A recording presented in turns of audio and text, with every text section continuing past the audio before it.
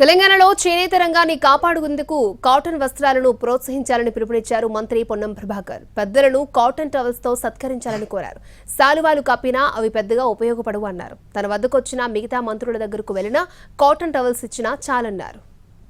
తెలంగాణ చేనేత రంగాన్ని కాపాడడానికి మీరు ఎప్పుడైనా అతిథులకు పెద్దలకు మర్యాద చేయాలనుకుంటే కాటన్ టవల్స్ వారికి ఉపయోగపడతాయి, ఎవరికైనా ఉపయోగపడతాయి, ఉత్పత్తిదారులకు కూడా లాభం చేకూర్చడం. కాబట్టి వాటిని ఇవ్వండి, లేదా పిల్లలకు పనికొచ్చే పుస్తకాలు పెన్నులు ఇవ్వండి. ఇది మేము కప్పుకోకుంటే మిమ్మల్ని అమర్యాద పరిచినట్టు, కప్పుకుంటే దీన్ని ఎందుకు పనికిరాదు, తీసి ఎవరికైనా బయట ఇస్తామంటే కూడా ఇది ఎవరికి ఉపయోగపడేది కాదు. కాబట్టి దయచేసి ఇది ప్లాస్టిక్ తోటి సమానం.